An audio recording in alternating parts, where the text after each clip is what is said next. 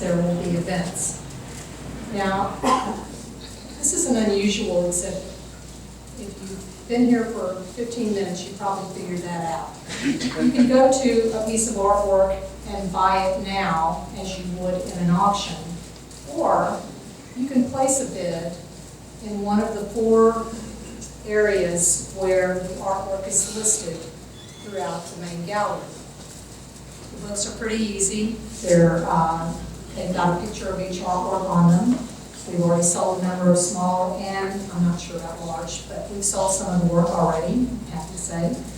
And we encourage you to place bids because the auction will stay open throughout the month and will close the evening of late night pie. Additionally, John is donating 1/2 of his proceeds from this show to 4 different charities, which you may vote upon. And being the analytical person that he is, he will figure out the metrics of how that money gets divided, I have no doubt. So if you like Star of Hope, Houston Area Women's Center, Casa de Esperanza, or the Women's Place, then you may choose, and you don't have to buy something to make these votes count. You may choose to cast a ballot for one of those for the money to be distributed to that charity. At this time, I'd like to turn the floor over to John. I know he's got some things he'd like to say, but I would like to just personally say that of all my friends, he's in the top 3. My husband's here, so I can't say that.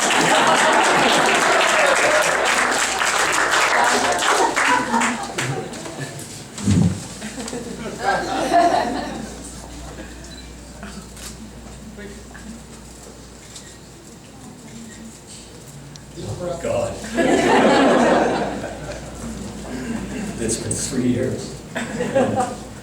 In 3 years since I stood in a circle like this with my friends from work, from my recovery groups, from my art circles, and I've been waiting for this moment.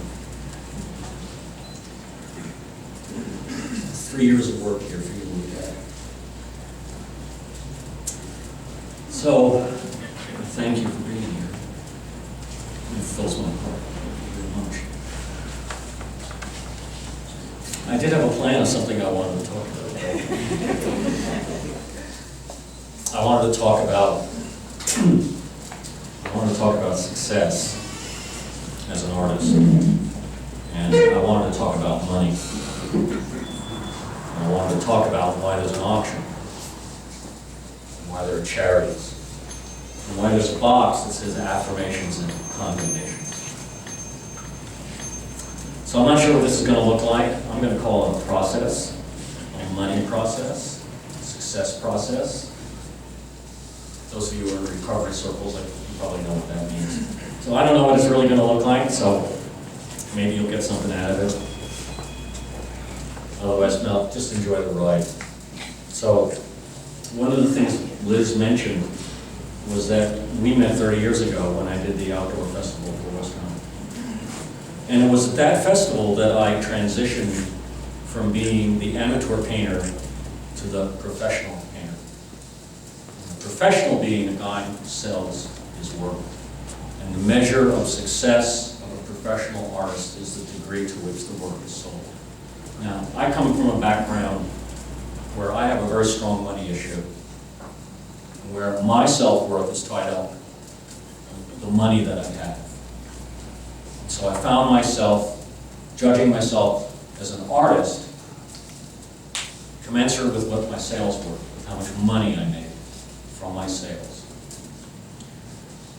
And for artists, that's a pretty bad thing to be doing for me. Because I found that by thinking that way, I built myself a prison, and that prison caged my artistic freedom. And at times it caged my own happiness. It started to reach a peak for me, actually only within the last year. I was sitting in my studio and beating the crap out of myself, thinking I was a failure because of what my sales were, or were not. but that's what the mind does to a person, right?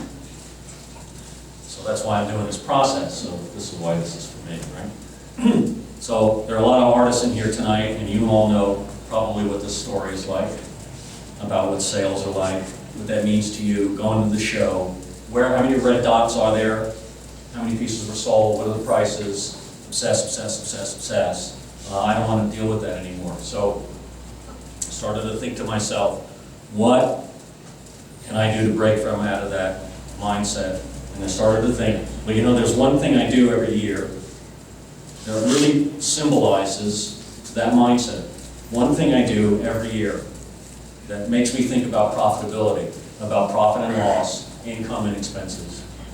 And one thing. And I started to focus on that and what that was. And what that thing was this thing. It's this little piece of paper that I fill out every year. Does that look familiar? Yeah. That, my friends, is a IRS Schedule C. And it says profit and loss from business. This is my actual Schedule C from 2017. So I fill out a couple of these. I fill out something like this for my art business, and I fill it out for my engineering business, and I started to think that this has really come to symbolize my obsession about money. And I started to think about what my life is for and what my purpose in life is for. And I started to think about what this is in relation to that. So I came to the conclusion that my purpose in life and my meaning, the thing that gives my life meaning, is taking what meager skills and talents I have and trying to make the world a better place. And those of you who know me know that I have a split life. I have an engineering life and I have an artistic life. And in that engineering life, I think of that as a way of improving the world through my engineering, improving the material well-being of the world, and making the world a better place by creating more productivity. And then on the other side is I have this art world, and this art world is the world of spirituality and connection. So on the one hand is the currency of money and things and physical well-being, which is very important, but then on the other hand, there's the art. There's a spiritual, and the currency on the art is connection. I don't need this fucking thing anymore. So I want to get rid of it. And does anybody have any suggestions? I thought they would have to think about it.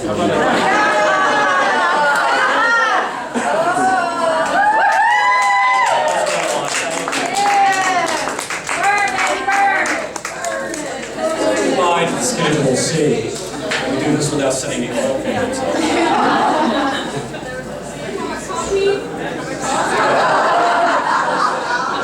There are no IRS agents here. Thank you. I think a round of applause.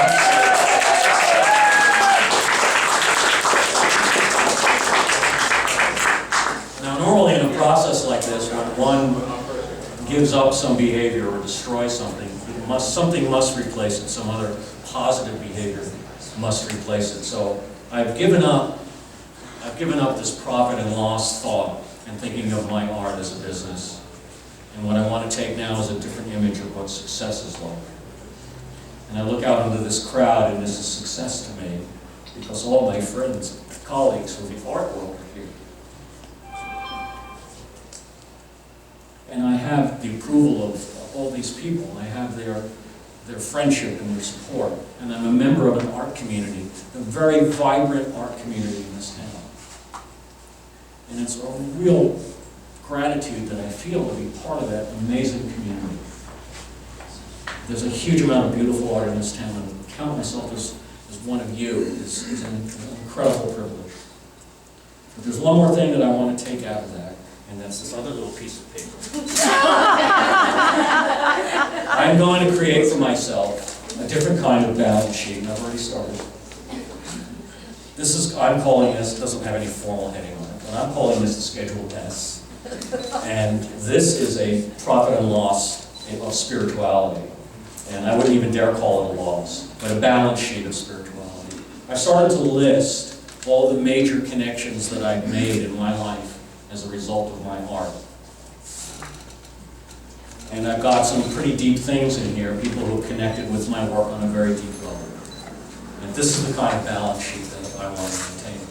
So from all of this, I hope explains why there are ballot boxes and why there's a box of affirmations and condemnations. I want to give up this idea of wanting to make money from my art. I don't want to give up the focus of doing it.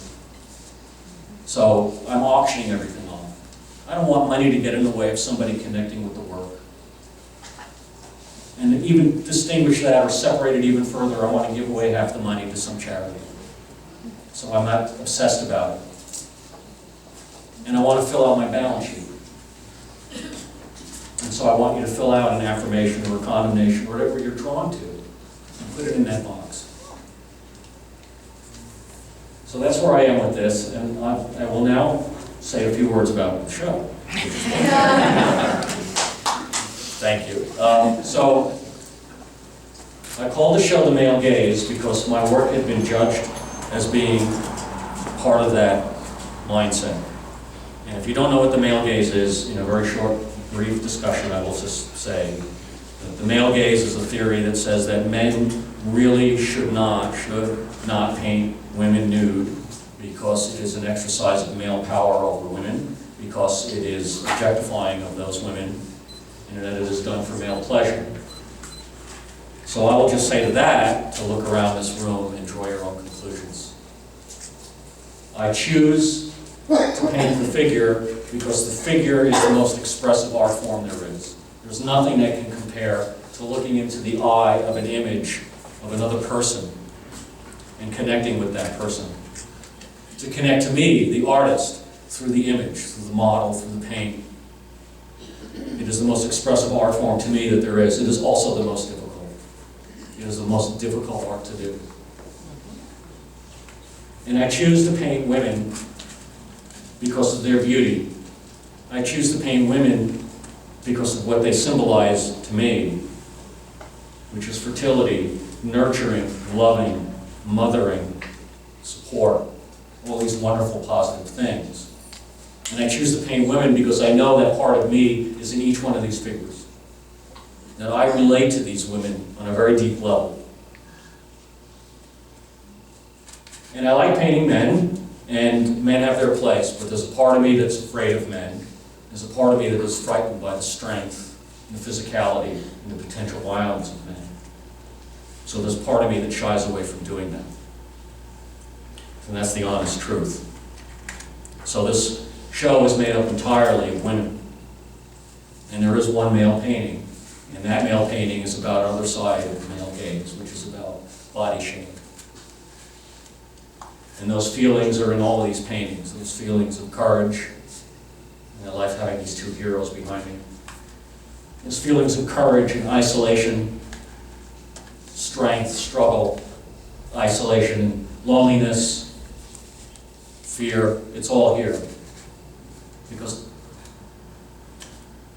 Because those things know no gender.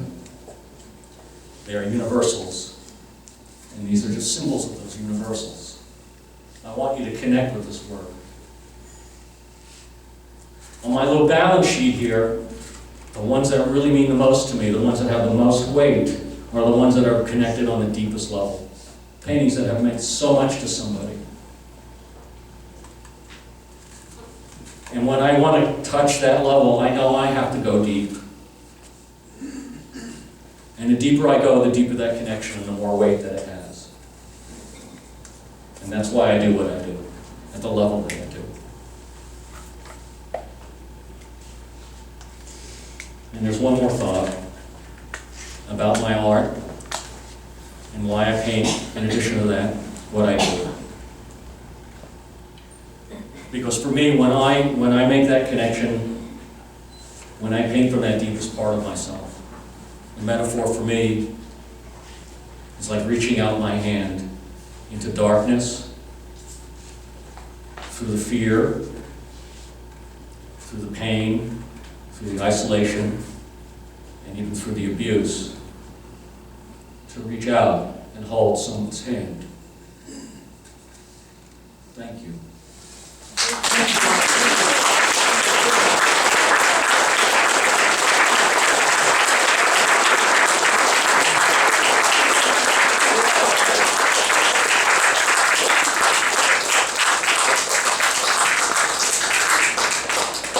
clock's back tonight, so stay as long as you want. Thank you all for coming. See you in 3 years.